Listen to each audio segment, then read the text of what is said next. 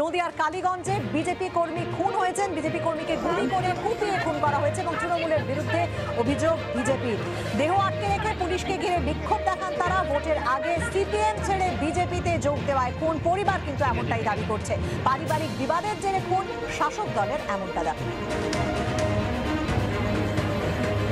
Carrom board খেলার সময় এই গ্রামেরই এক তৃণমূলের এক বড় গোষ্ঠী, মানে তারা হচ্ছে ক্রিমিনাল, তারা অ্যান্টি সোশ্যাল, তারা এসে আমার ভাইকে এখানে পরপর দুটো গুলি করার পরে আমার ভাইয়ের মাথাটা কেটে নিয়ে চলে যায়। একদম দিবালোকে এখানে প্রচুর মানুষের জনসম্মুখে কেটে নিয়ে চলে যায় এবং তারপরে গিয়ে আবার ফের আমাদের অন্যান্য ভাইদের বাড়িতে গিয়ে ফের বোম চার্জ করে। ফের আমার ভাইদের বাড়িতে গিয়ে এখান থেকে আমার ভাইটাকে মেরে গিয়ে আবার ফের অন্য জায়গায় বোম চার্জ করে। আমার ভাইয়ের মাথা দেয়নি। কেন মারলো? আমরা বিজেপি করি, আমি আমার ভাইটাকে নিয়ে আমরা মানে এখানে একটা ভালো গোষ্ঠী আমাদের, মানে বিজেপিতে আমরা গিয়েছি, বিজেপি সংগঠনটা আমাদের খুব প্রখর, তাই আমার ভাইকে আজকে খুন হতে হলো। এটা মারলো এখানকার কাসেম, সহজ, নাসিম, সবুর, আলী, বান্ডু, ভেটা,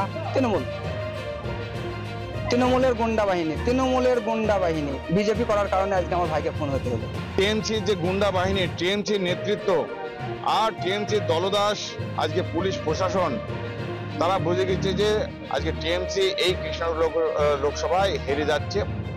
আর তার জন্যে যারা যারা এইরকম সংখ্যালঘু ভাইরা বিজেপিতে জয়েন করছে তাদের ওপর এইরকম একটা প্রতিশোধমূলক যে একটা বার্তা ইতিমধ্যেই তাদের কাছে পৌঁছে দিয়েছিল এবং আর তার প্রতিফলন হিসাবে আজকে তার মার্ডার হতে হলো।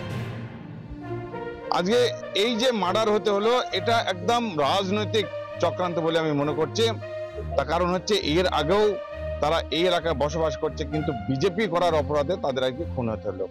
পশ্চিমবঙ্গে সর্বত্রই যে একটা বাতাবরণ চলছে, এখানে আইনের কোনো শাসন নেই, আইন বলে কিছু নেই। আর যারা আজকে শাসন রক্ষকে আজকে ভক্ষকের ভূমিকায় আজকে পালন করছে।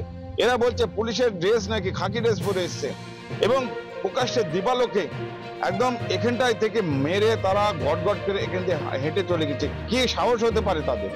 কত সাহস হতে পারে?